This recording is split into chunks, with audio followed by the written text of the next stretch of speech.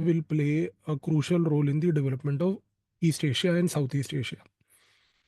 So he says that merely attributing the term look East policy only to one specific period, which is basically the period of what we call as the 1990s, is number one wrong, because then it negates our complete outlook and orientation towards that part of the world. Now Naidu and Chakrabarti come out with the second point. They say that when we looked towards the east from the time of Nehru, at that time our way of looking towards that part of the world was different from the way we looked at that part of the world in 1990s. He says ki in the period of Nehru, our looking at Southeast and East Asia was basically through the prism of Cold War.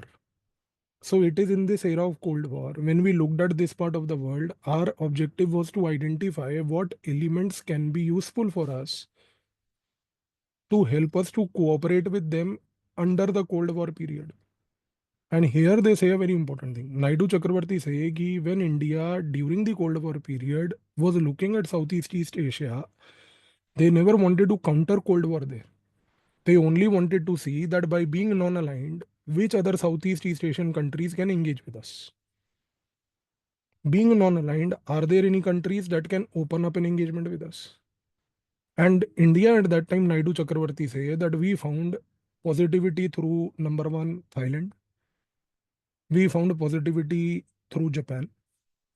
We found positivity through Vietnam. And we found positivity through Korea. So 4 principal actors: Japan, Vietnam, Thailand, Korea. They basically decided to engage with us, even under the Cold War. So what Naidu and Chakravarti are trying to say is a very crucial thing, that we should never say that we only engaged with them through the look East policy. We always had that orientation, number one. Now they say the next third important thing. They say that during the period of Cold War, our engagement under the Cold War was not only to seek friends, but also to seek an important point, that is our historical presence in that region.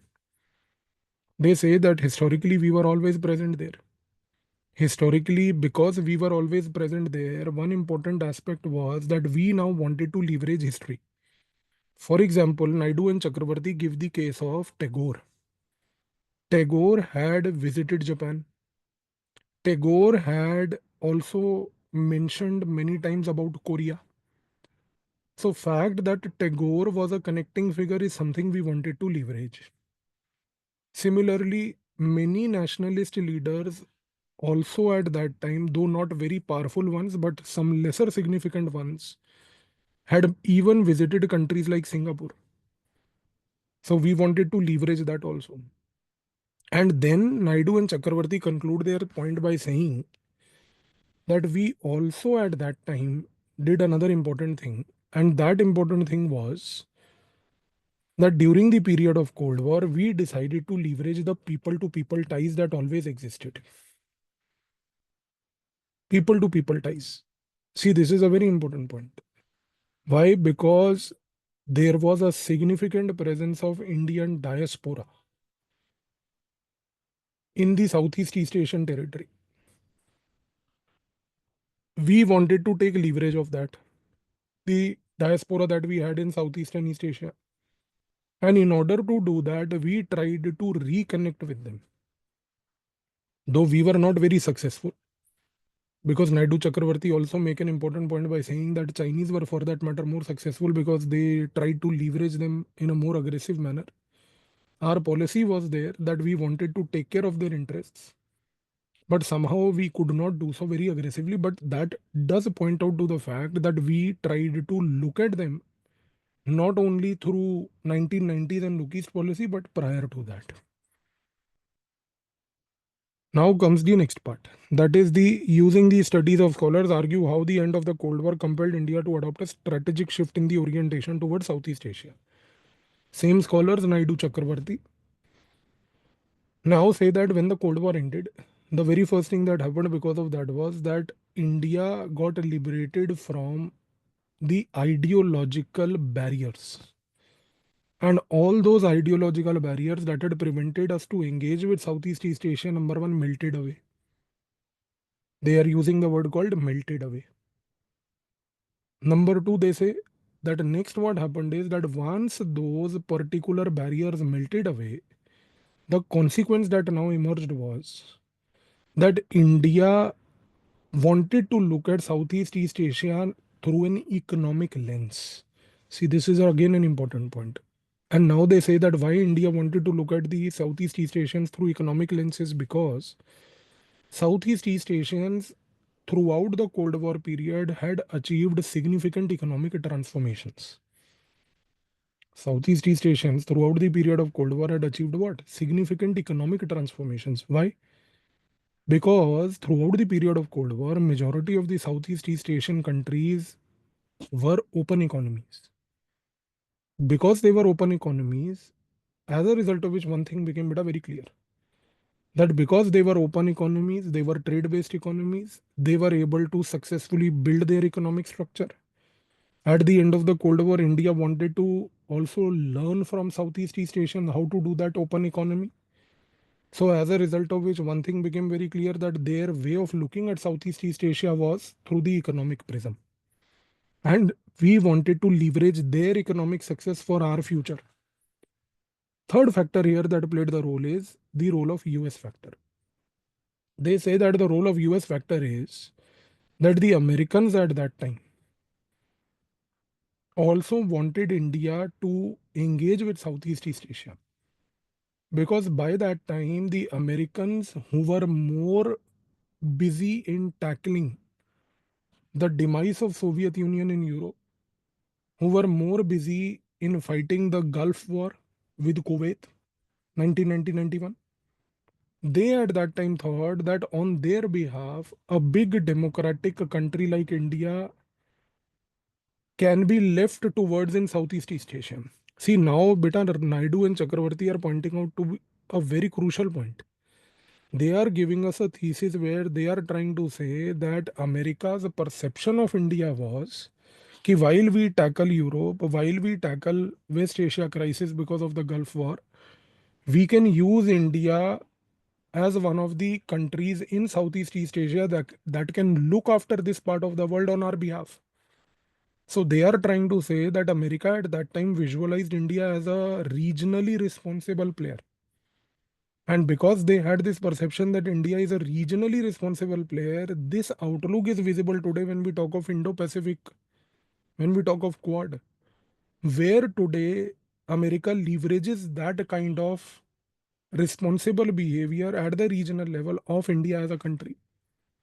So that responsibility with which America today looks at India is something that they looked at since the end of the Cold War. So they build that continuous narrative.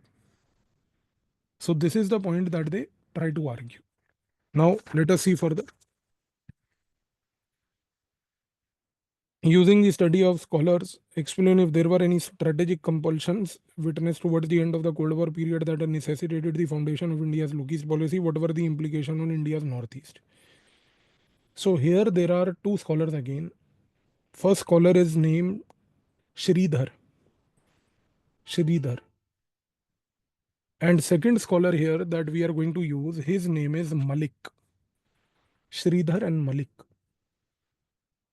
So Sridhar and Malik have advocated for two things. They say that number one, at the end of the Cold War, what had happened was that India had number one realized that in order to stabilize the Northeast, it must engage with countries which are significant players of Southeast East Asia. And why stability of Northeast was crucial at this juncture is because they both argue that during the Cold War period, India had eliminated the base of Pakistan and China, which was the East Pakistan, which was used for anti-India activities in Northeast. So they are trying to say that creation of Bangladesh in 1971 had number one deprived the Chinese and the Pakistanis of a base which they had been using during the Cold War to do anti-India activities in India's northeast. Second thing they are trying to say is that once India had deprived these people of this base, China and Pakistan had shifted their focus to destabilize northeast via Myanmar. And because China and Pakistan had now shifted their focus towards Myanmar, were trying to destabilize India's northeast from Myanmar. And at the end of the Cold War, India decided to stabilize the northeast. And in order to stabilize the northeast, it now wanted to engage with Myanmar. And Myanmar was one of the most crucial countries of Southeast East Asia. Because engagement with Myanmar is not going to be only via bilateral engagement, but engagement with Myanmar will also happen through other institutional mechanisms of Southeast Asia. So India was looking at Myanmar not only as a bilateral country to engage, India was looking at Myanmar as a group of countries which are in Southeast East Asia through which we can also engage. So idea of India was that if with Myanmar we engage bilaterally, if with Myanmar we engage apart from bilaterally also via Southeast East Asia, then in that case we can apply pressure upon Myanmar to liberate those sanctuaries that are hindering development in Northeast. We can apply pressure on Myanmar to tell Myanmar that you have to do away with all these groups that you are supporting today, which are anti-India groups in Northeast. So it is in this context that number one, Northeast became the focal point. Myanmar became the second focal point. And under these strategic compulsions of stabilizing Northeast, of removing all insurgency activity from Northeast, of ensuring that Myanmar does not act as that disturbing factor in Northeast, that India now wanted to look at this part of the world in a more holistic way. So these were the larger strategic compulsions. Now, if you look at the next question, it says the post-Cold War strategic outlook of India notably shifted from emphasizing moral principles to realpolitik approach grounded in acquisition and exercise of economic and military power. So this is a statement. If you see, it is given in quotes. Now the question is, who is the propounder of this thesis? This statement, this thesis is the thesis given by a person called Amitabh Mattu. Matto, Amitabh Mattu. Second thing is, explain the arguments of this thesis by examining if common market was a visualization of look east policy, and how does this thesis explain the economic rise of India's look east policy. Now, after having understood the strategic compulsions that compelled India to look at the Southeast East Asia, having looked at the fact that we were now looking at Southeast East Asia since the end of the Cold War through the economic lens, Amitabh Mattu says that India's objective was to develop Northeast, minimize the interference of Myanmar in the destabilization of Northeast by economically engaging with Southeast Asia. Look at the argument, sir. He says that India's objective was to develop the Northeast. Economic development of Northeast will happen only when investment will flow in Northeast. That will flow in Northeast only when Myanmar as a factor is minimized in destabilizing Northeast.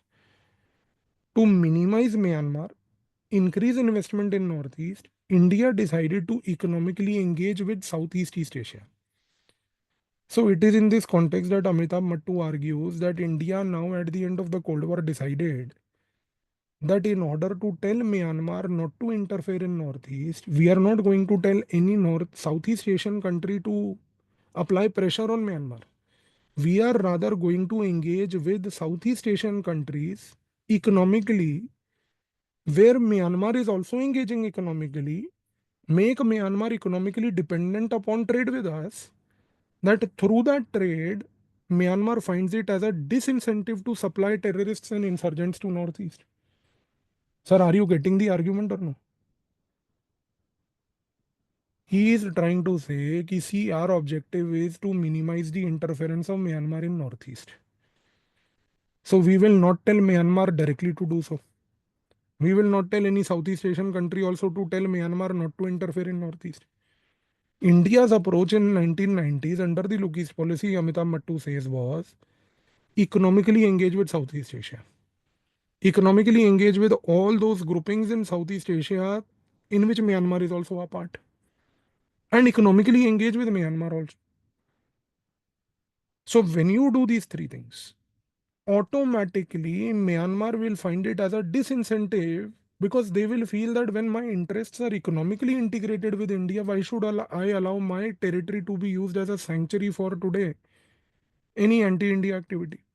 So idea was not to isolate anybody, like we have done with respect to Pakistan, कि भाई we will isolate you. SAARC में मैंने आपको बताया ना sir कि भाई Pakistan we will eliminate it from the SARC thinking and we will engage with everybody else minus Pakistan. Here we said no minus Myanmar, sir. In fact, double plus Myanmar.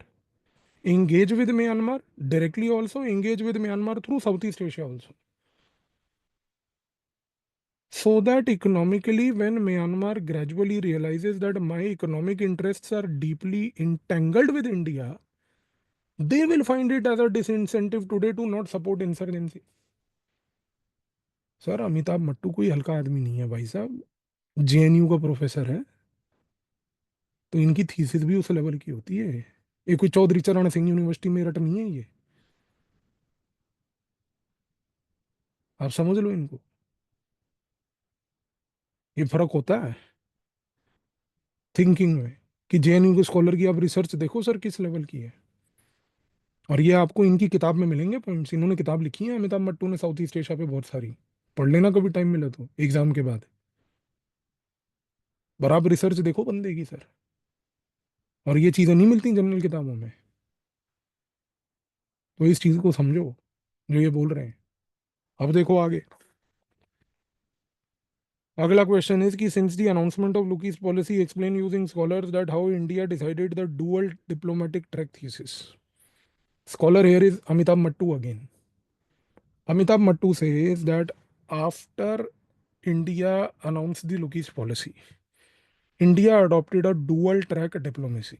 Dual track diplomacy was that at one place, it silently began to engage with all Southeast East Asian countries. While it was engaging with all Southeast East Asian countries, they were doing that engagement at the economic level. While economically they were engaging with Southeast East Asian countries, India did the second thing. They silently started deepening political ties with US because they knew that politically engaging with US means that USA today provides a big umbrella today to Southeast East Asia. Why USA provides a big umbrella is because we have already said majority of Southeast East Asian were open economies. Being open economies, they were already integrated to US. Being open economies, they already were supplying goods and services to US. So for them, US was a big market. For US also, Southeast East Asia were basically territories from where they were getting supplies. So obviously, USA had a deep influence over these. These people had a deep engagement with US. See the two different words we are using, sir. USA had a deep influence over these Southeast East Asians. Southeast East Asians had a deep engagement with US. India basically played on both the levels. We decided to leverage that deep political influence also. We decided to leverage that deep economic engagement also. So therefore, this became our dual track of engagement. Ki silently engage with these people, silently engage with these people so that you economically integrate with these people.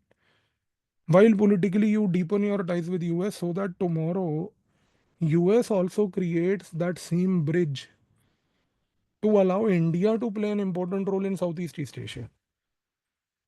So, beta, if you have understood the question still now, one thing is very clear that we are gradually moving towards a logic where we are trying to say that since the end of the Cold War, India has been viewed in Southeast East Asia as a very responsible player. And this is going to take the final manifestation in the few questions from now when we will see the rise of what is called as the Quad and Indo-Pacific. So, ये Quad Indo-Pacific ना कोई out of the blue चीज नहीं है कि एकदम से आ गई sir. This is something that is building as a point over a period of time. Now you see the next question, sir. What have been the major economic achievements of the Look East policy, sir? So here you can write down few facts. Number one, India signed the framework agreement on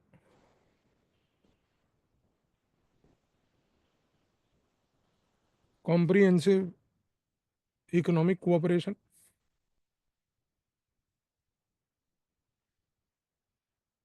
Number two,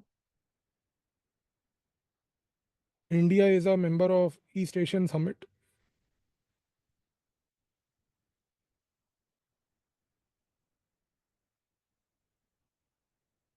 Which is a dispute resolution mechanism of the region.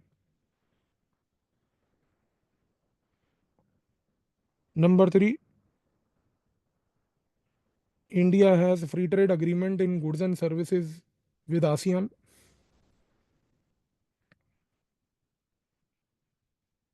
FTA in goods and services with ASEAN. Number four, India has joint sectoral cooperation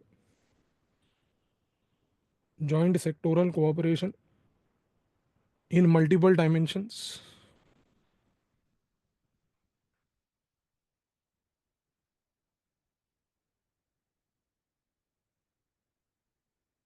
ranging from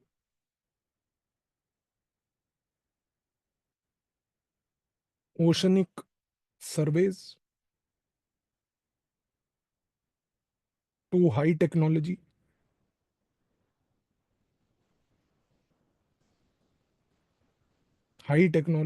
And number five, last point, massive movement of foreign investment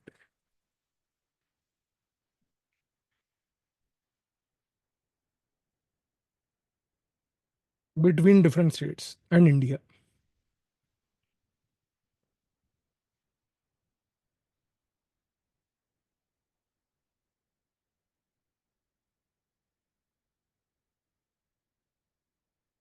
अब आते हैं next question. Next question says कि sir, India's Lugis policy is not merely an external economic policy. It is also a strategic shift in India's vision of the world and India's place in the evolving global economy. Most of all, it is also about reaching out to our civilizational neighbors in Southeast and East Asia. Sir, it is a statement. First question is, who is the propounder of this thesis? Former Prime Minister Manmohan Singh. He articulated this on his visit to Singapore. And in his visit to Singapore, when he articulated India's vision, now let us look at the things further. He says, now the question says, he explain the argument of this thesis through BIMSTEC, ASEAN and India. So sir, here there are three things to be kept in mind. So Manmohan Singh has talked about three important points. The first point he says is that when we today look at Southeast and East Asia, first and foremost thing is that we look at them through the prism of ASEAN. ASEAN, according to Manmohan Singh, has been called as an economic dynamo. The word that he uses here in his thesis is called economic dynamo. Now, when he says that Southeast Asia, East Asia is seen as an economic dynamo, he says that it is because of ASEAN in Southeast East Asia. He says that ASEAN, which is basically the economic dynamo, is showering light upon India. And that showering of light upon India by that economic dynamo is brightening India. So he is trying to use an analogy of a dynamo. He says that when a dynamo basically lights up, it shows light, it throws light on the road. So the dynamo here is ASEAN. So as ASEAN economically progresses, its light will be thrown upon India. Means that any progress of ASEAN is the progress of India. And he also tries to say that any progress of India by default is the progress of ASEAN. Because he says that both of us are civilizationally linked. Both of us are deeply linked at this level that today we are historical civilizational players. So therefore, number one, our engagement with ASEAN is in a way beneficial not only for us but also for ASEAN. He also further said that India's attempt now to sign FTA with ASEAN is a reflection that there is a mutual development support for each other. अभी पिछले question में मैंने आपको लिखवाया कि sir India और ASEAN ने FTA sign किया है. So India signing FTA with ASEAN in goods and services is an example of mutual developmental support for each other. Now he comes to the argument of BIMSTEC. He says that it is in this economic context of ASEAN we must locate BIMSTEC. So please understand one thing. Manmohan Singh has created three layers of the relationship. Layer number one, at the topmost level, is the civilizational layer which binds India, Southeast Asia. Under that civilizational layer is India, ASEAN, where there is an economic dynamo, one throwing light upon the other. And under this economic dynamo of ASEAN comes the subset called the BIMSTEC. So he looks at BIMSTEC today as something which is a connector between Indian Ocean and Southeast and East Asia. He says that today when we look at BIMSTEC, BIMSTEC should not be restricted to only the Bay of Bengal region. BIMSTEC is a larger region, which is part of Bay of Bengal, Indian Ocean per se as a big thing, and Southeast Asia, East Asia. Sir, this thesis of Manmohan Singh is very crucial, beta, because this itself is the first ever reflection of India's vision of Indo-Pacific. We look at civilizational ties. Subset of civilizational ties is the ASEAN. Subset of the ASEAN is BIMSTEC. And BIMSTEC is a part of Indian Ocean, Bay of Bengal, Southeast East Asia. So BIMSTEC is basically the link for Indo-Pacific. So Indo-Pacific is born out of these three layers, and these three layers not only create the Indo-Pacific, these three layers eventually work for strengthening Indo-Pacific. That is why we say that this was the first time that India's vision of Indo-Pacific was coined, though we never used the word Indo-Pacific. But by merely saying the fact that BIMSTEC is not restricted to Bay of Bengal, but BIMSTEC is larger part of Indian Ocean. Because अगर आप BIMSTEC को कहते हो वो सिर्फ Bay of Bengal है, तो sir BIMSTEC को then you are looking at it as a regional grouping. We are not looking in India BIMSTEC as a regional grouping, sir. India's perception of BIMSTEC is very clear, boss, that it's a subset today of Indo-Pacific. Because if you look at BIMSTEC as a regional grouping, then you say that BIMSTEC's success means only amongst regional players. We say no. BIMSTEC's success lies in the success of Indo-Pacific as a whole. So that Indo-Pacific as a whole has to be seen together. That seamless whole of ocean from Indian Ocean to Pacific Ocean, incorporating the Bay of Bengal in between.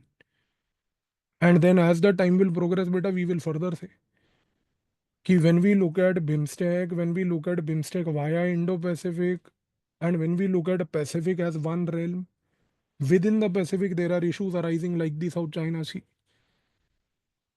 So issue arising in South China Sea will therefore be linked to the issue of Indo-Pacific.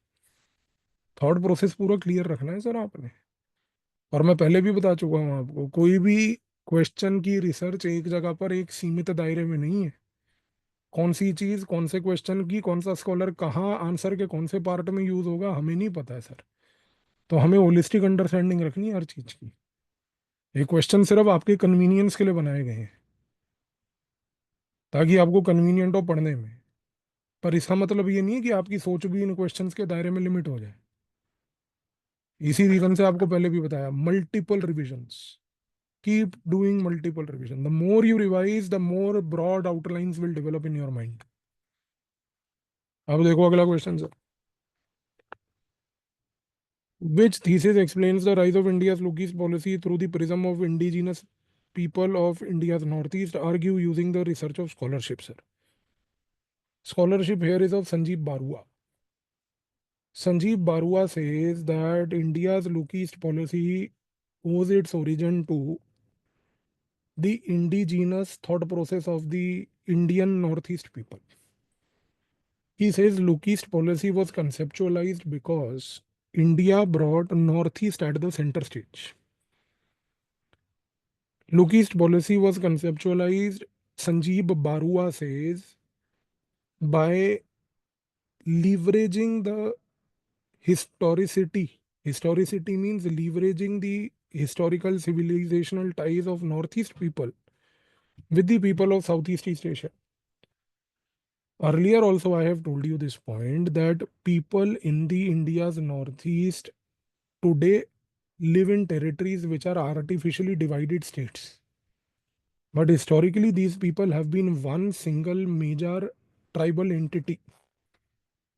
These people today have tribal linkages from Northeast to that of all the way Cambodia, Laos, Myanmar, Thailand, Vietnam, etc.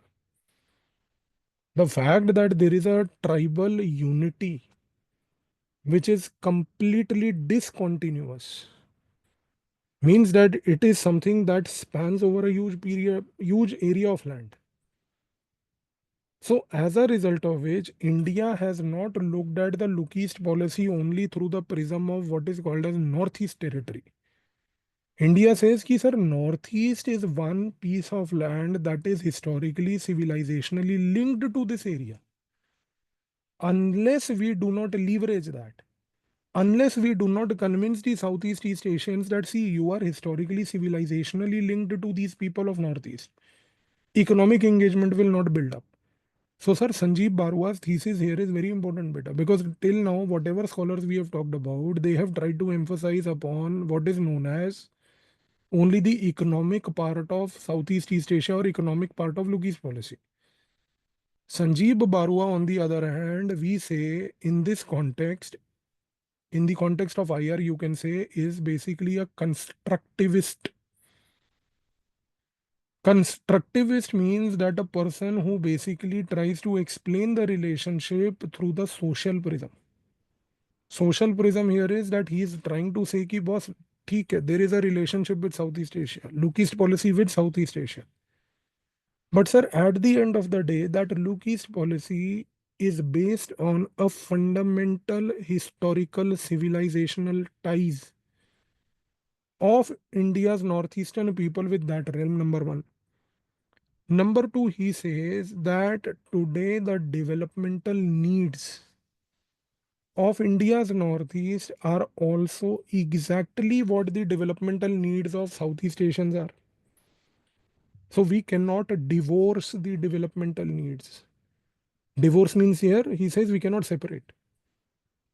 So we cannot separate or divorce because the way these people of Northeast today have a developmental outlook is exactly the same as the developmental outlook of Cambodia, Laos, Vietnam, Myanmar, Thailand, etc.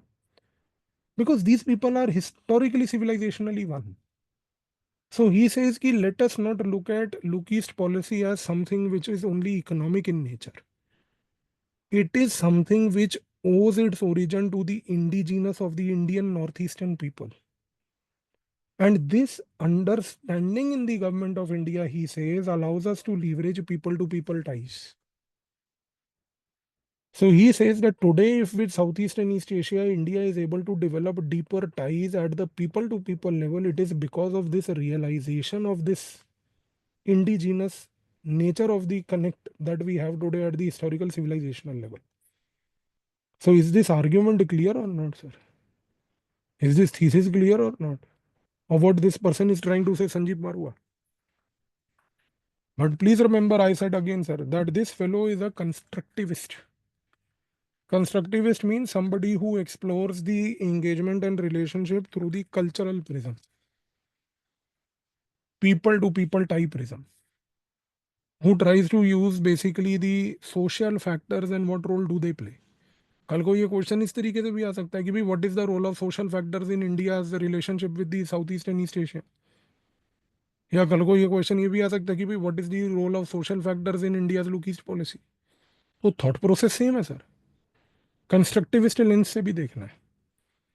क्योंकि when government of India is looking at this part of the world, sir, they are not looking at this part of the world only through what is called as the prism of commerce,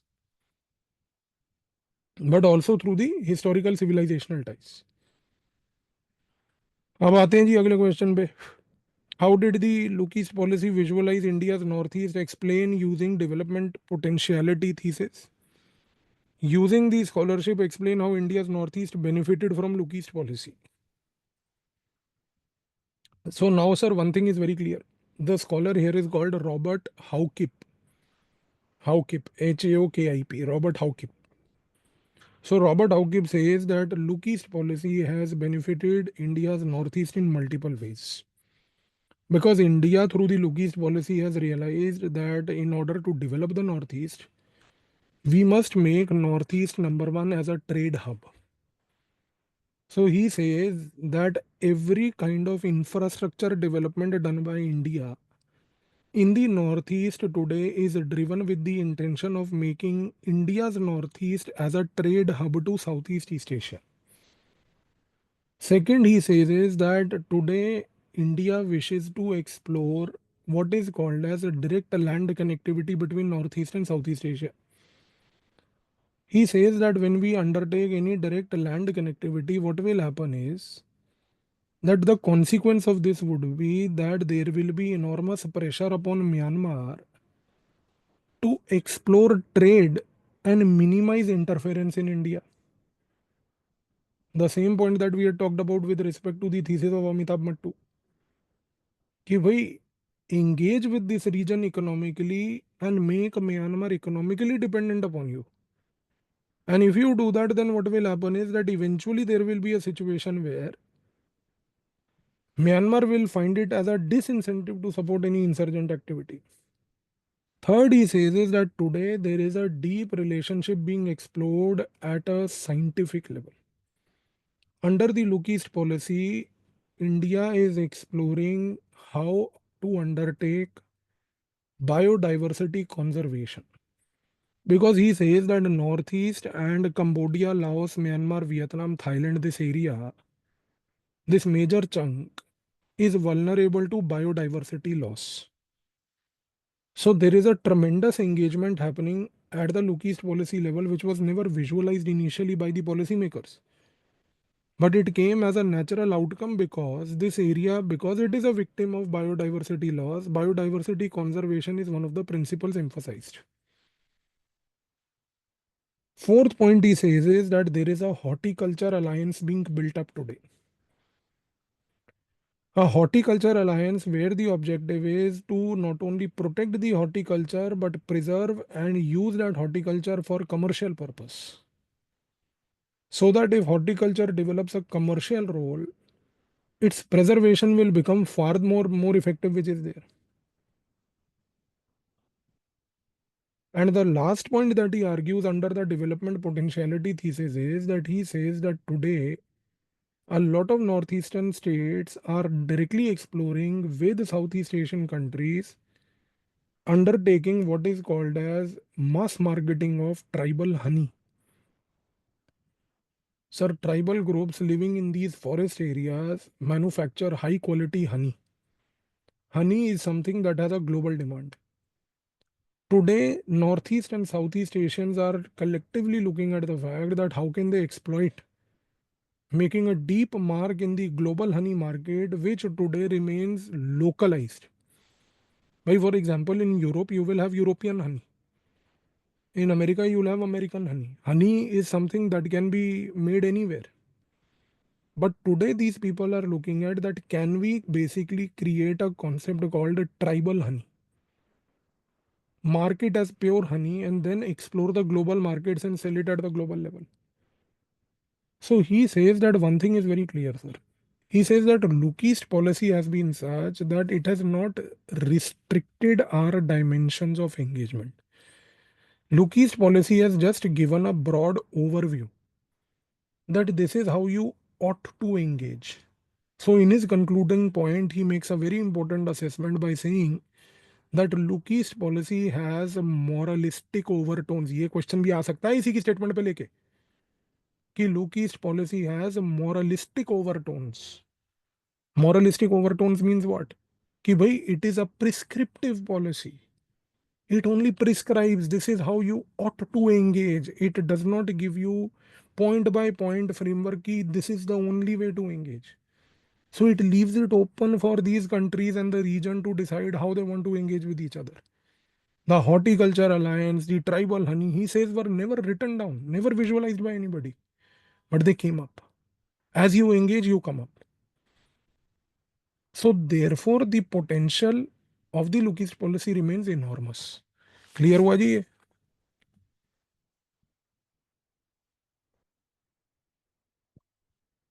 अब आते हैं जी, was there a need felt to India to relook at the look east policy?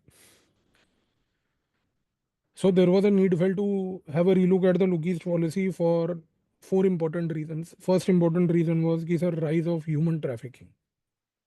Look east policy was unfortunately unable to prevent the human trafficking that was happening through this route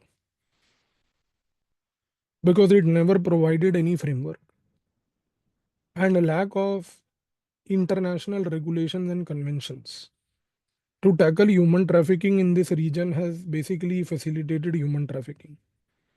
Second thing he says is कि sir, there is a drug problem, very very serious drug problem, because he says that Cambodia, Laos, these two are basically called in general day-to-day language as contra countries. Contra means contraband. Contraband means drug, basically consumers and producers.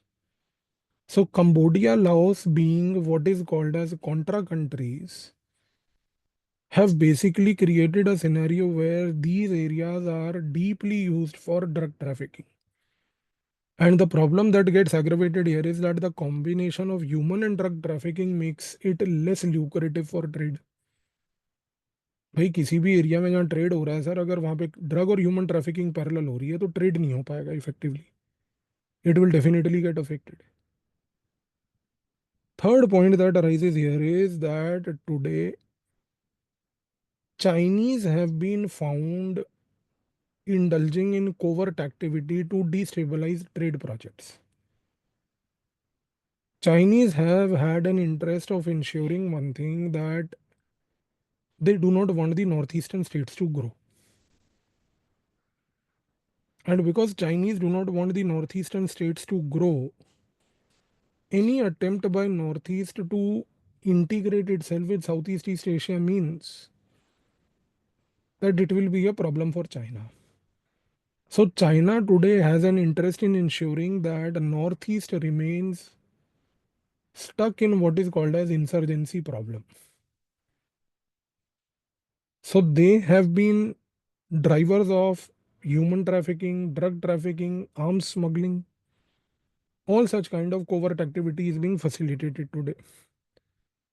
Next important point as to why there is a need to relook at the look east policy is because overall skill development in the Northeast has not progressed. So Northeast has not been able to basically develop the skills aggressively. Southeast East Asians have for long period of time being open economies.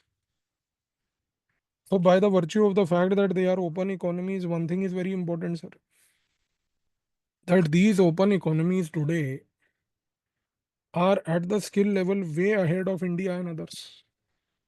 And Northeast remains affected by insurgency. Northeast remains low on the skills. So as a result of which production has not happened aggressively because of the poor skill quality. And last but not the least, sir, insurgency in the Northeast has not been totally wiped out. Some or the other group continues to create hurdles. Some or the other group continues to create hurdles. So till the time Northeast does not fully stabilize, exploring the full potential of what is known as the look east policy will not arise in.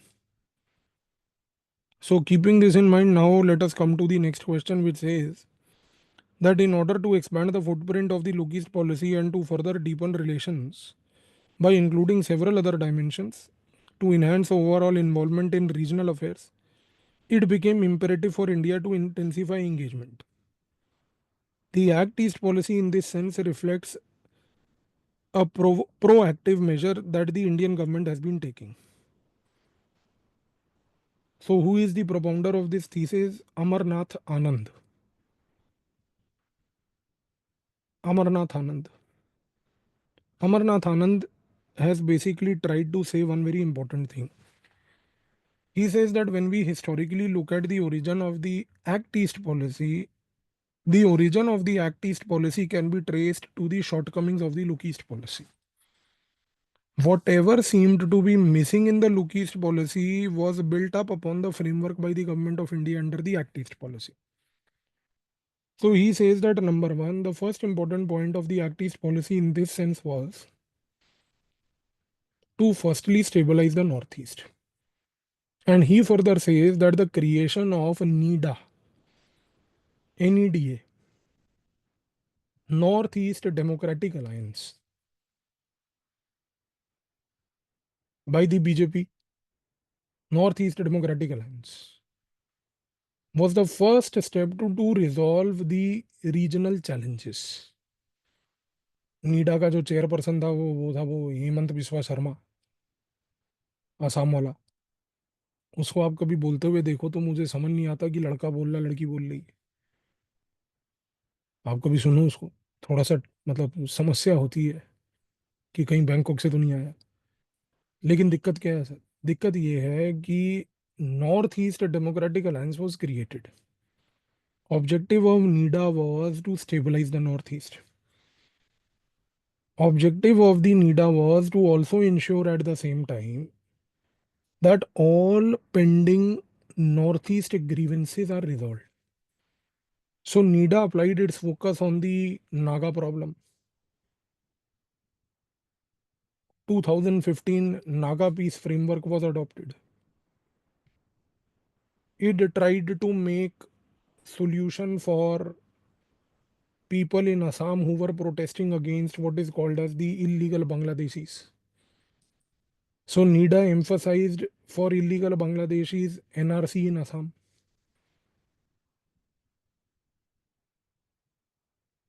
So NIDA was basically conceptualized to resolve these pending issues. Number one. Number two, he says that there was an aggressive thrust on creating infrastructure. So creation of new airports in Arunachal, creation of new airports in Northeast, creation of highways in Northeast, and conceptualization of India, Myanmar, Thailand trilateral highway. जो मैंने आपको बताया था, India Myanmar Thailand trilateral highway. सड़क बन रही दिल्ली से लेके बैंकॉक तक। वीकेंड पर लड़के निकल गए, सारे छपरी भागेंगे अपना देखना। और हमारे लीडर भी जाएंगे, सारे लीडर। बिहार में एक वो है बुझा हुआ चिराग, वो भी जाएगा। मोदी जी भी जाएंगे। अमित शाह क्या ही जाएगा, मतलब बेचारा अगर गया भी तो क्या ही करेगा, हेल्दी भी नहीं है। जयशंकर पतला, फिर भी वो चला जाएगा। नीमोताई को नहीं भेजेंगे वहां पे। मसाज पे भी टैक्स लगा देगी। 150 बाट की मसाज है, उस पर 100 बाट इनसे ले लो जीएसटी। तो एक चीज को समझो sir, India Myanmar Thailand trilateral highway ये बनने जा रहा है।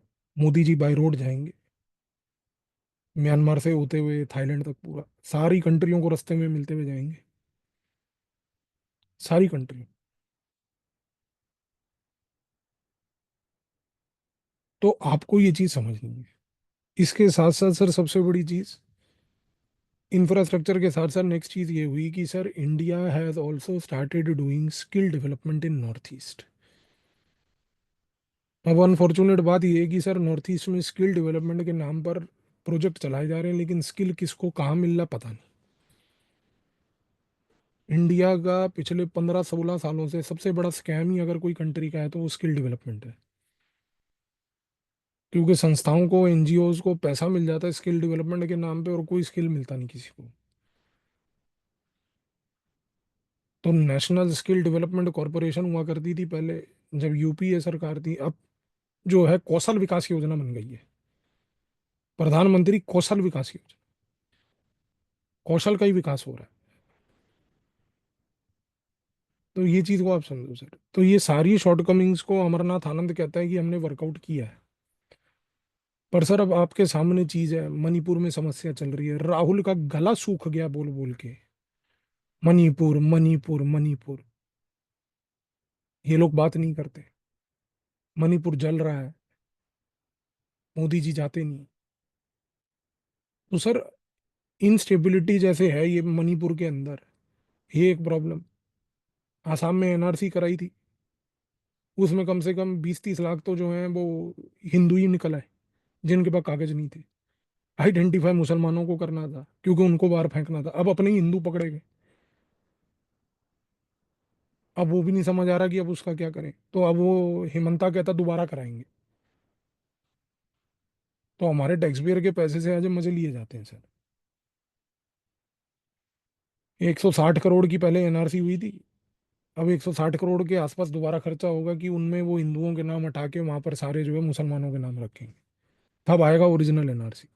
एंड डोंट बी सरप्राइज अगर ये हिमंता नेक्स्ट ईयर निकाल दी रिपोर्ट, खुद ही बनाता है घर बैठ के वो। तो ये भी चीज आपको याद रखनी है। तो प्रॉब्लम क्या है ना सर, देखो अमरनाथ आनंद ने तो बड़े अच्छे से आर्ग्यू किया कि भाई जो इश्यूज थे हमने वर्कआउट करे। पर सर ग्राउंड रियलिटी आज आपके सामने है। अब नागाज जो है, नागा कहते हैं कि भाई हम तो ग्रेटर नागालैंड बनाएंगे ही बनाएंगे। तो ये सारी जो चीजें मैं आपको बता रहा हूँ ना sir, these are all security challenges. Security issues में पढ़ते हैं इनको। तो वहाँ की नॉलेज यहाँ पे भी काम आएगी आपको अगर कल को क्रिटिकल नोट पे क्वेश्चन है। पर एक चीज याद रखना सर, मैंने आपको एक बार याद है पहले एक बात बताई थी कि यूपीएससी की ये आदत, जब से ये जनसंघी आए हैं इनके साथ एक आदत आदत ये है कि ये किसी भी चीज को जो नेगेटिव हो रही हो ना सोसाइटी में, उसका क्वेश्चन नहीं देते, उसको रिवर्स करके क्वेश्चन देते हैं। मैं आपको एक एग्जांपल देता हूँ। आज जैसे ये पार्लियामेंट में वो दंकड़ के खिलाफ इन्होंने नोटिस जारी किया है इम्पीचमेंट वाला, है ना, आर्टिकल 67 भी इम्पीच करो वाइस प्रेसिडेंट को। आप देखना कि सर नेक्स्ट ईयर पॉलिटी में क्वेश्चन ये मेंस में देंगे कि Lok Sabha speaker and the deputy chairperson of the Rajya Sabha have played an instrumental role in maintaining decorum of the house. ये क्वेश्चन आएगा। उसी का उल्टा इनको वो मायोपिक सोच वाली वो चाहिए। मतलब मेरे को एक व्यक्ति बता रहे थे कि शक्तिकांत दास जो अभी आरबीआई गवर्नर फाइनली हट गया, वो व्यक्ति ऐसा था कि अगर उसको बोलो ना कि गुजरात जो है वो असम के बगल में है, तो वो 5 बार आपके सामने इसको रिपीट कर देगा, हाँ सर गुजरात असम के बगल में, गुजरात असम के बगल में, गुजरात असम। आप सोचो सर ऐसा व्यक्ति है वो। मतलब जो करीबी अधिकारी थे उसके, वो बताते हैं कि ये इस तरीके का व्यवहार था। तो आप क्वेश्चन का नेचर समझ लो बेटा। क्वेश्चन ये अमरनाथ आनंद पे ही आएगा, ये मणिपुर पे नहीं आएगा। नागा फ्रेमवर्क के ऊपर जो उसका नलीफाई हो गया वो नहीं आएगा। आसाम एनआरसी जो प्रॉब्लम क्रिएट कर रहा नहीं आएगा। डोंट बी सरप्राइज अगर ये क्वेश्चन आ जाए कि भाई नीडा के कारण से लुक ईस्ट पॉलिसी और नॉर्थ ईस्ट पूरा स्टेबलाइज हो गया है, तो इस कॉन्टेक्स्ट में एग्जामिन करो कि एक्ट ईस्ट पॉलिसी क्या काम करेगी। तो मणिपुर में कुछ नहीं हुआ सर। तो इस नजरिए से सोच के देखो। तो इसीलिए आपको ये अमरनाथ आनंद मैंने लिखवा दिया बेटा यहाँ पे, क्योंकि इसकी थीसिस पूछी जा सकती है। एंड बाय द वे ये भी वो जनसंघी है गुजरात यूनिवर्सिटी का। तो याद रखना इसको सर। अब आते हैं अगले क्वेश्चन पे sir. India has moved from looking east to engaging east. Who is the propounder of this thesis sir? Nicolas Blarel. Nicolas Blarel, BLAREL, Blarel. What is the main argument and how does it explain the Act East policy's rise, sir? He says that today India, by announcing the Act East policy, has accepted the fact that there is a need for deeper engagement with this part of the world. Second, he says to have deeper engagement, India has identified that it must expand the geographical expanse of the engagement. Expanse, PANSE, expanse. So he says that today, under the Act East policy, India has decided to go for engagement with countries up till Australia and Indo-Pacific islands which are there. So under the Act East policy, sir, India has understood one thing, कि we cannot look at only Southeast and East Asia, sir. We have to look at Oceania. In Oceania, there are two important territories, sir, Australia and Pacific Island Forum. We must engage with both. Then he says that under the India's Act East policy, India has also understood the next important thing, and that next important thing is that we must play a security role. Because merely emphasizing upon history, civilization, merely only talking about what is called as economy will not help. Because Nicholas Blarell says that under Act East policy, there is a realization by India that in this part of the world, there is a tremendous security challenge by China. And today, China is threatening the maritime sea lanes of communication. If China is threatening maritime sea lanes of communication, India has understood that playing an important role to uphold freedom of navigation is one of the areas which Act East policy has to champion. So this explains that why Nicholas Blarell ends up in saying that India today has decided to play an important positive role in Indo-Pacific and Quad both. So because there is a realization that we cannot separate economy from security. And if the region witnesses a security challenge, India has to take a stand. To take a stand today under Act East policy, we have decided to do participation in Indo-Pacific Quad. This participation in Indo-Pacific Quad is designed to ensure that we give confidence to Southeast, East and Oceania countries that at the security level, we are also a responsible player. And as a responsible security player, we will ensure freedom of navigation. So keeping this in mind, now if you see, how does the Act East policy work in tandem with the evolving strategic architecture of Southeast East Asia? Explain with the help of scholarship the implications on Indo-Pacific and Quad. So idea here is clear, sir. Scholarship is of Nicholas Blarell only.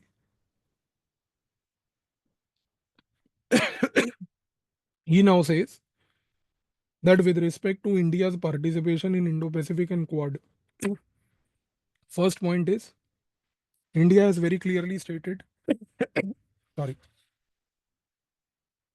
that there will be upholding of, ये आप लिख लो 2-3 point ही है, there will be upholding of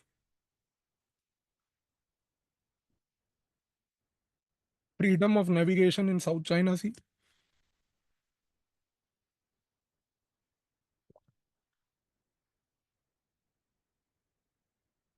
Number 2, no violation of territorial integrity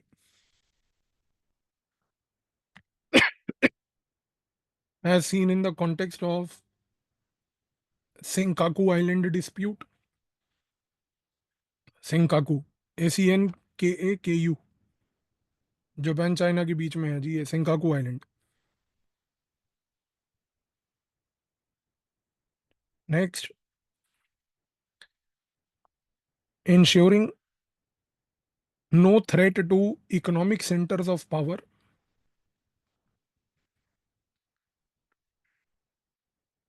like Taiwan.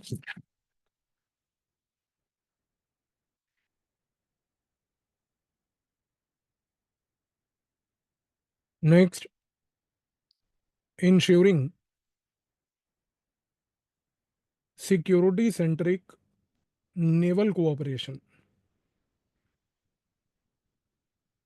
and cooperation in high technology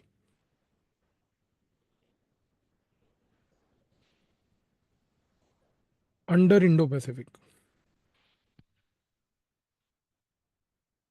high technology under Indo Pacific.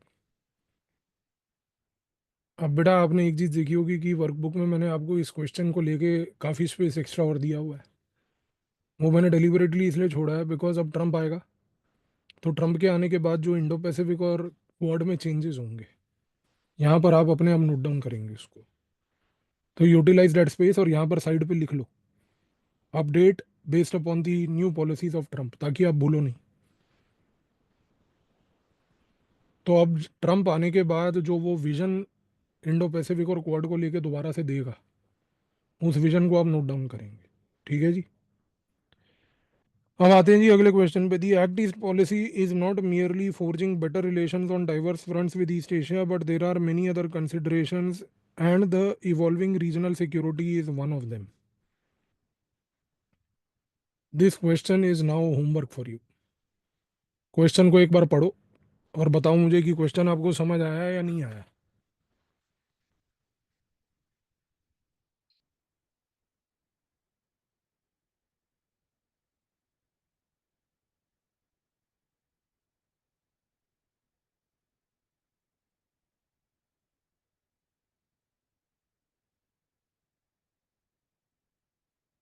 समझ आ गया जी?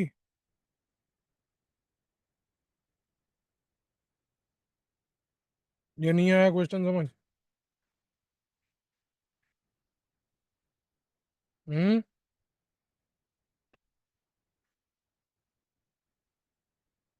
नहीं आया question को, क्या है भी ऐसा जो नहीं समझ में आया है?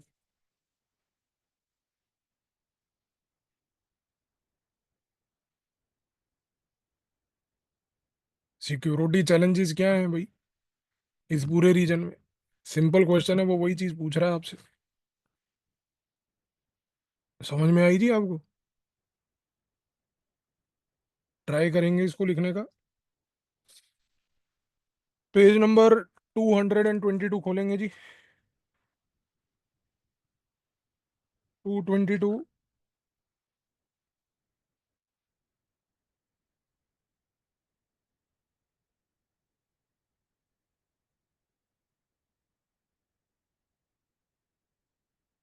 222 पे बेटा सेकंड क्वेश्चन देखेंगे।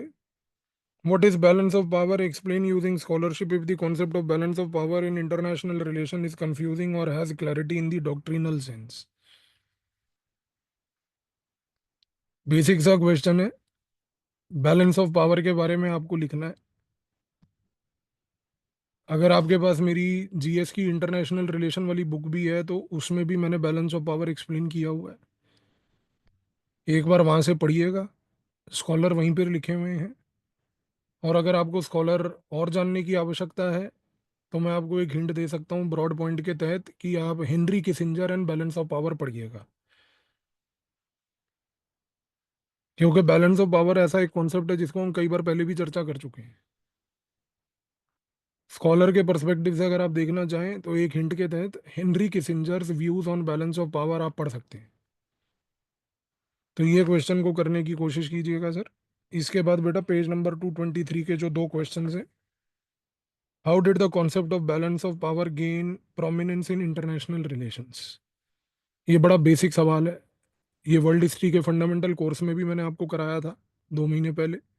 और वैसे भी कॉमन सेंस के बेसिस पे भी आप आंसर कर सकते हो अगर आपने वो नहीं भी किया है तो।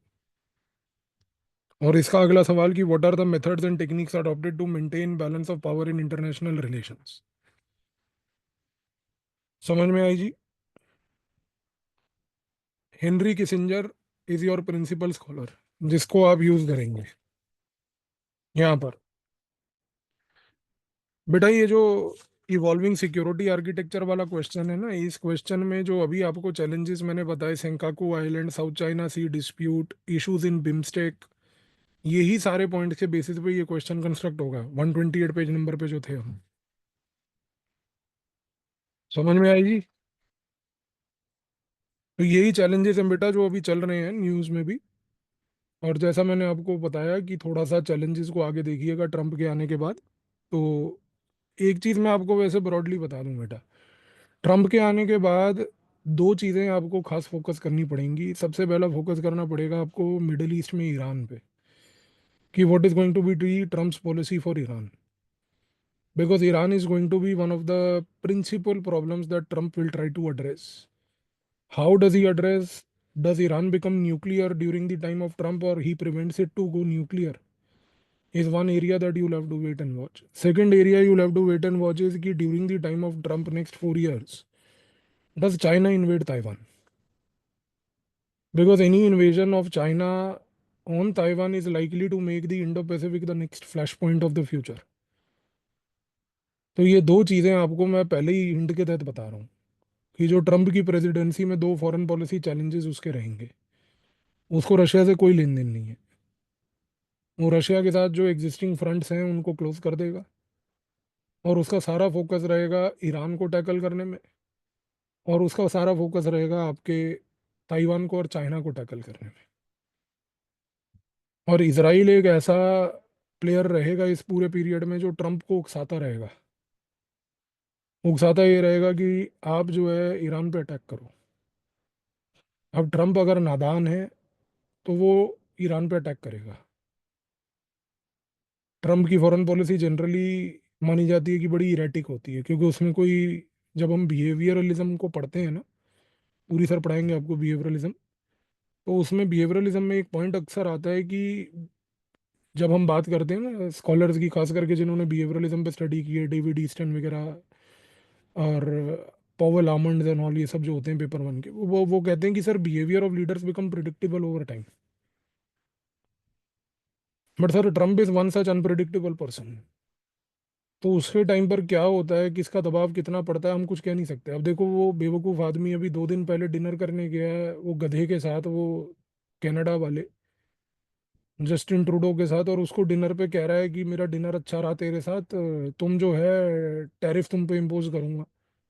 तो उसने, ट्रूडो ने कहा कि यार टैरिफ इम्पोज करोगे तो हमारे को इकोनॉमिक हार्म होगा। आपको पता है ट्रंप ने क्या बोला? कि कोई बात नहीं, तुम फिर कनाडा को 51st प्रोविंस बना दो अमेरिका का। मतलब ये टाइप की स्टेटमेंट्स को आप पकड़ो बेटा, मैं आपको बोल रहा हूँ। I don't know if you people are, यार न्यूज़पेपर पढ़ भी रहे हो आप लोग? मुझे नहीं लगता कि न्यूज़पेपर आप लोग कुछ पढ़ रहे हो सर। ये सब चीज़ें न्यूज़ में चल रही हैं बेटा। अगर ये सब चीज़ें आप नहीं पकड़ के इनको अपडेट कर रहे हो ना बेटा, तो आप बहुत बुरे फंस जाओगे फिर, मैं बता रहा हूँ मेंस में। क्योंकि बेटा मैंने आपको पहले भी बोला ना, बच्चे IR portion is extremely dynamic. अब आप सोचो कि यार जो चीज़ हम कर रहे हैं वो करते करते ही बदल रही है। It's changing as we are doing. Now imagine 1 year later, almost 10 months later, when you have to give your mains, मैं कह रहा हूँ भाई साहब पूरा तख्ता पलट सकता है। तो थोड़ा सा चीज़ों को अपडेट करते रहो। ट्रंप का आना, ट्रंप की ट्रांजैक्शनलिज्म, ट्रंप का इरेटिक बिहेवियर, ये चीज़ों से क्या इम्पैक्ट होगा ईरान के ऊपर, और फॉर दैट मैटर कनाडा के ऊपर टैरिफ लगाने से नाफ्टा रीजन में, या फॉर दैट मैटर इसके सवाए अगर हम देखें तो ट्रंप के आने के बाद जैसा मैंने आपको बताया चाइना ताइवान। तो keep yourself updated here. These are areas where lot of things are happening on a very frequent basis. ठीक है जी। तो थोड़ा सा बच्चे एनालिटिकल बेंट ऑफ माइंड रखो, और चीज़ों को एनालिटिकली ऑब्जर्व करो, फैक्ट्स के पीछे मत भागो। मेंस में फैक्ट्स नहीं काम आएंगे, अंडरस्टैंडिंग काम आएगी। So try to go into the psyche part now कि if Trump has made a statement saying कि भाई Canada must become a 51st province, what are the implications of this on the US Canada relationship? क्योंकि ये बड़ा serious issue है sir. अगर आप अपने हार्डकोर एलाई को, जो कि कनाडा आपके बैकयार्ड में, अगर आप उसके लिए ऐसी स्टेटमेंट दे रहे हो, तो फिर इसका मतलब ये है कि सर आप किसी और को, दूसरे को अपना एलाई नहीं समझते। इनफैक्ट सर कनाडा की चीज़ एक ये भी इम्पोर्टेंट है कि कनाडा में जो अमेरिका की तरफ से एम्बेसडर्स भी अपॉइंट होते हैं वो पॉलिटिकल पर्सनैलिटीज होते हैं। ये चीज़ मैंने आपको इंडिया कनाडा वाली क्लास में भी बताई थी, जो आपके साथ पॉल साइंस की ली थी आज से 2-3 हफ्ते पहले। वो जो एक सेशन लिया था मैंने माना रखा। I told you this in that also. इन चीज़ों को थोड़ा सा यार केयरफुली पकड़ो बेटा, मैं आपको बोल रहा हूँ। Unfortunately because of the Trump coming up in power now in 2024 and taking power in 2025, now the things are going to become more unpredictable. ठीक है जी। तो just keep a watch of all this and keep a broad eye, तो आपको hopefully कोई दिक्कत नहीं आएगी। यहाँ तक क्लियर है जी सबको? यहाँ तक तो कोई डाउट नहीं है किसी को?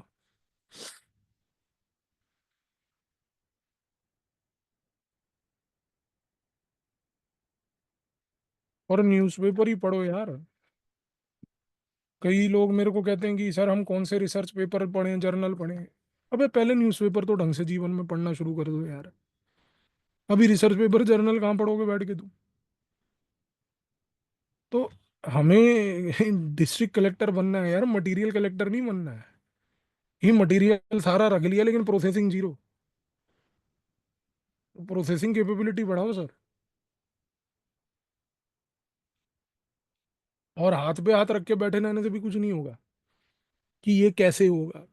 कैसे होगा, आपके करने से होगा, और कैसे होगा, पढ़ने से होगा, और कैसे होगा, दिमाग लगाने से होगा, कैसे होगा। और बेटा मैं आपको एक पॉइंट और बता दूं कि आप इस चीज को याद रख लेना कि बेटा पेपर 1 का एप्लीकेशन पेपर 2 का एप्लीकेशन पेपर 1 दोनों जगह है। आइसोलेट करके मत पढ़ना। इसीलिए बार बार कह रहा हूँ बेटा, मैं क्लासें जानबूझ के छोटी ले रहा हूँ, वरना आपको पता है मेरी फितरत के खिलाफ है ये छोटी क्लासें। आप लोग तो जानते हो जो पुराने हो मेरे साथ, मेरे को ही पता है मेरे दिल पे कितनी दर्द होती है ये छोटी क्लासें लेने के लिए। जनवरी के महीने में नहीं छोड़ूंगा, आपको तोड़ के रख दूंगा पूरा।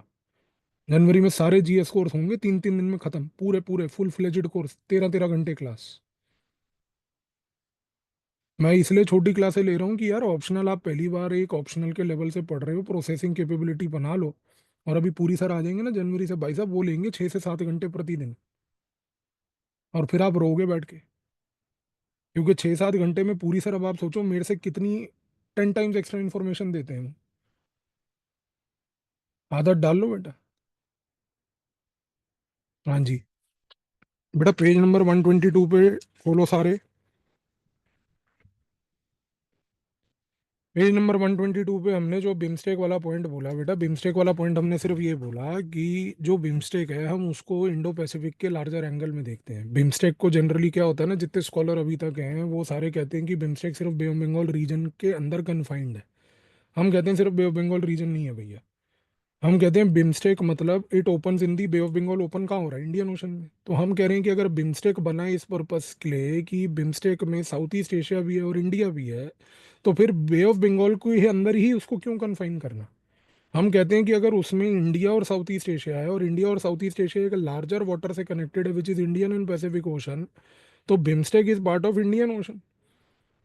And if BIMSTEC has countries of Southeast Asia which are countries of Pacific Ocean, so therefore BIMSTEC is part of Indian and Pacific Ocean. So therefore the conclusion is BIMSTEC is equal to Indo-Pacific. बस यही चीज है। ठीक है जी। चलो अब ये Russia है, कल शुरू करेंगे इसको, रशियन को। ये आसान है, रशिया ज़्यादा बड़ा नहीं है। आपको अगली चीज जो दिक्कत देगी ना, मेरे ख्याल रशिया के बाद ही है शायद वो। नहीं, रशिया के बाद तो ईयू है, ये तो पप्पू सा है, ये दोनों कल खत्म हो जाएंगे अपने। यूएस, यूएस को भी कल खत्म कर लेंगे हम लोग। अरे वो पेज नंबर 146 खोलो।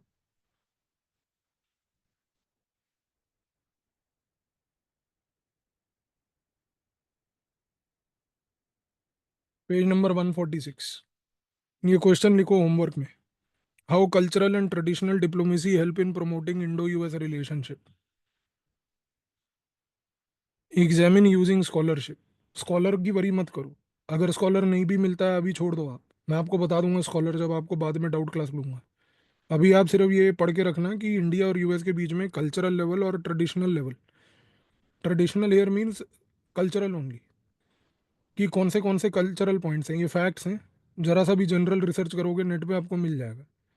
अच्छा बेटा एक चीज याद रखना, मैं फिर बोल रहा हूँ आपको, whenever I give you homework, whenever I tell you to go to the internet to do research, please do not use Wikipedia. Time and again I have told you, refrain from using Wikipedia. Anything other than Wikipedia is good. तो Wikipedia अपने को use नहीं करनी बच्चे, ठीक है। और जहां जहां पर आपको स्कॉलर नहीं मिल रहा है टेंशन नहीं लेनी, आप बाकी पॉइंट्स निकाल के रखो, स्कॉलर मैं आपको बताऊं, वो मेरा काम है। पर आप अभी कम से कम ये जो फैक्चुअल चीजें हैं, इनको करके रखो। समझ में आई जी। चलो, तो कल अपन कोशिश करेंगे कि कल रशिया, ईयू और यूएस, क्योंकि ना यार है तो यार मतलब थोड़ा डेंस ही है एक्चुअली ना, वो जल्दीबाजी में नहीं करेंगे। ठीक है, तो चलो कल मिलते हैं, कंटिन्यू करेंगे। आपको जो टफ लगेगा ना बेटा वो है China. China will be slightly problematic for you to understand, because China वैसे भी थोड़ा सा टेढ़ा है और समझने में भी थोड़ी डिफिकल्टी आती है उसको, तो बट डोंट वरी, आपको अच्छे से समझाएंगे, इजी रहेगा। टाइम लगेगा, लगने दो, और करेंगे अच्छे से। चलो जी, कल मिलते हैं जी। और मिडीवल इंडिया अभी क्या टाइम हुआ है, 8:20 हुए ना, 8:45 स्टार्ट करते हैं उसको।